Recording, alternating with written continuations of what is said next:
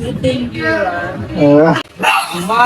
Yeah. Ngayong araw, papunta tayo ng school. Siyempre. Pero daanan muna natin yung mga nanghihingi ng sticker. Sana all. Halos napamigay ko na rin kasi lahat yung aking sticker off cam doon sa mga pinsan, kapatid, tropa. Bola lang yan. So kunti na lang yung natitira. At merong iilan na nanghihingi. So habang papunta tayo sa school, so daanan na rin natin sila kung maabutan natin, di ba? So doon na rin tayo magpapagas dahil nandoon yung nanghihingi ng ating sticker. Bukod pa doon, sila din kasi yung isa sa pinakamura magbenta ng gasolina. So dito sa Dasen.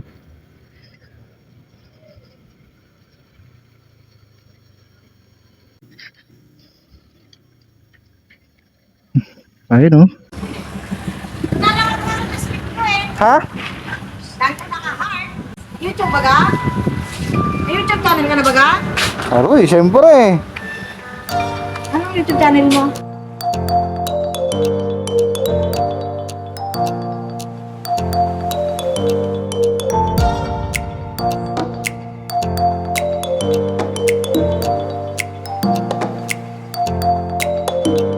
Parang napanood ko ito kagabi. Yung sa heart Huh? ito sa ano eh. Sa Facebook lang. Ano pa pala yun? Oo. Dami ka na-upload? Ha? Dami ka na-upload? Medyo. Tuloy-tuloy lang. Galing mo naman magawa mo. Thank you. Subscribe na muna mo!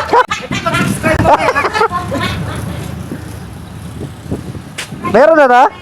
Meron na?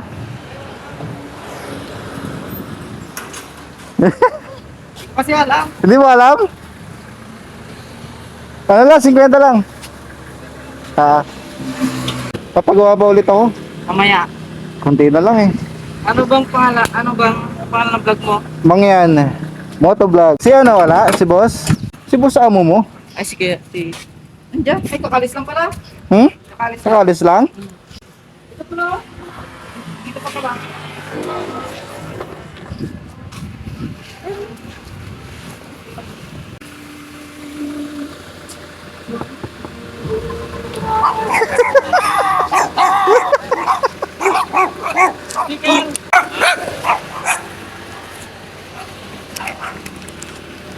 Tara, boss, ka magkagulo. Yeah.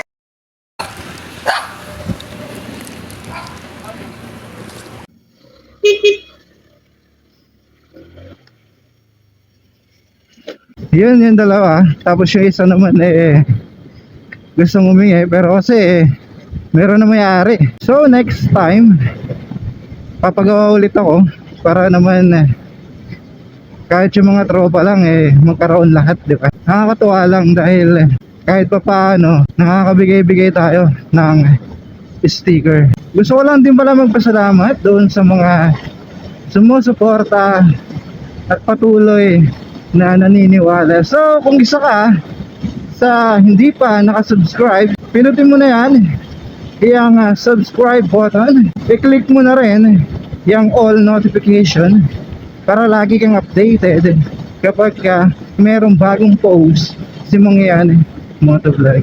Sobrang thankful ako dahil sa loob ng 2 buwan nagkaroon tayo ng 560 plus subscriber. So meron na ring ads yung ating mga videos. So yun lang. Sa totoo lang wala tayong content ngayon, ano? Gusto ko lang i-share yung pagbibigay ko ng sticker. So sana lagi natin suportahan yung Mangyan Motovlog. At soon kapag lumago yung ating YouTube channel, so gusto ko rin magkaroon ng mga charity, yung mga pagbibigay ng helmet, di ba? Yan naman kasi yung purpose ng ating YouTube channel, yung mga tulong din sa iba. So yun lang.